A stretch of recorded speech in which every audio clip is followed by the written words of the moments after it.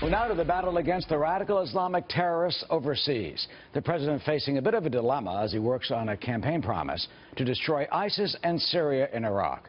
You know, tensions have been escalating between the U.S., Russia, and Moscow's ally, Syria, over those recent U.S. military strikes against Syrian government forces. And if that were not enough, yesterday Israel fired back over the Syrian border after it says projectiles from the fighting landed in the Golan Heights. Several Syrian tanks were reportedly destroyed. So could this conflict spread to a wider war, and what steps should the Trump administration take next?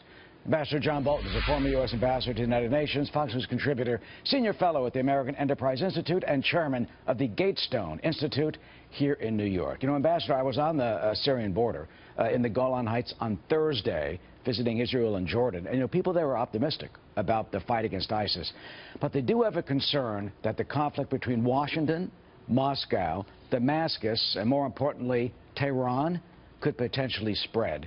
So how do you think the administration should handle this? Well, I think this is a very serious situation. I think it has two main aspects. The first is the failure of American strategy in dealing with ISIS to begin with.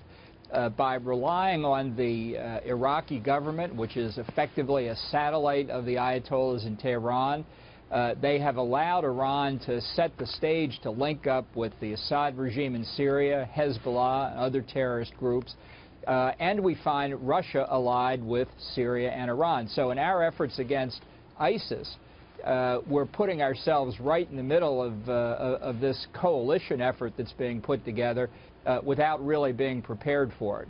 And so that's why these conflicts, it's a very complicated battlefield there, politically and militarily.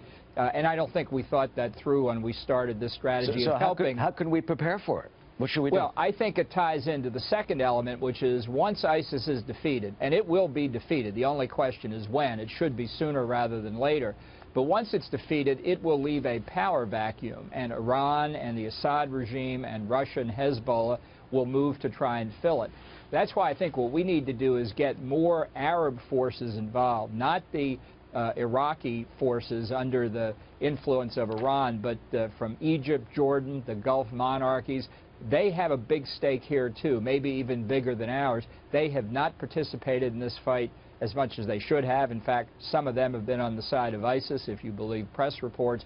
We can turn that around, or at least we should try and turn it around, or we will simply find that after defeating ISIS, in the post-ISIS environment, we're seeing the foundation laid for the next war. And if you talk about the next war, I mean, if that vacuum is not filled by our allies, what then? Well, it will be filled by Iran, by the Iran-controlled Baghdad government and Shia militia, the Alawite regime under Bashar al-Assad in Syria, and Hezbollah, all backed by Russia.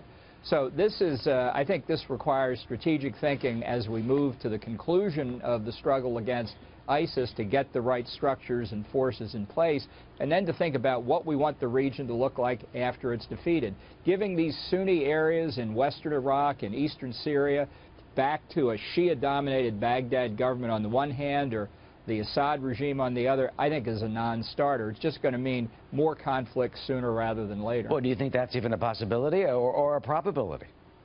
Well, as far as I can tell, what we seem to be aiming at is to assist. It's unbelievable to me that we're doing this, but to assist the Baghdad government to retake everything within the former borders of Iraq, which will simply extend Iranian influence directly to the border with Syria. And it's not clear what we're going to do with the Syrian opposition, what's going to happen with the Kurds.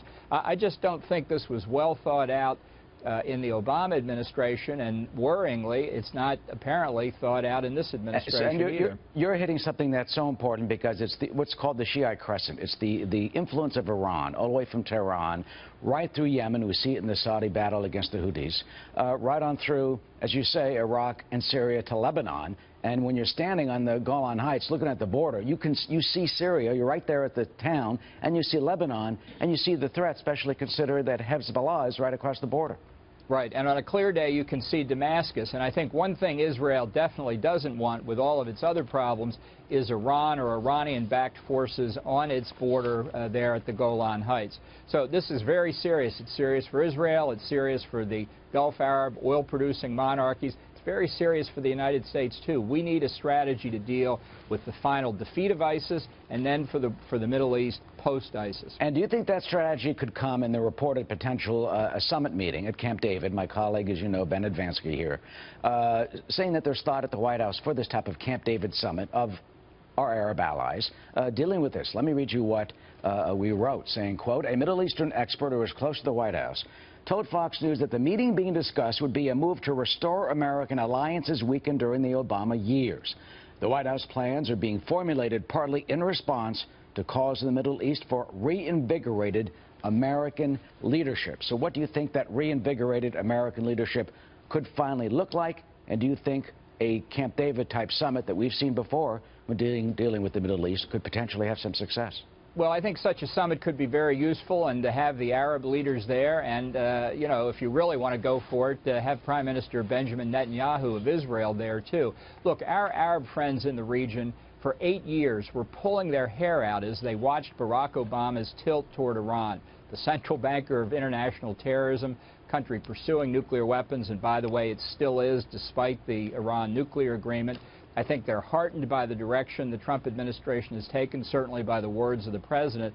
But I think you need a lot more than just the president's rhetoric. He needs to move his bureaucracy in the direction of reasserting American influence in the region and making it clear to Iran that the foundation they are trying to lay in that arc of control from Iran to the Mediterranean through their assistance to the Houthis in Yemen to get ready for the next battle against the Sunnis and the Arabs, that we are not going to let that happen.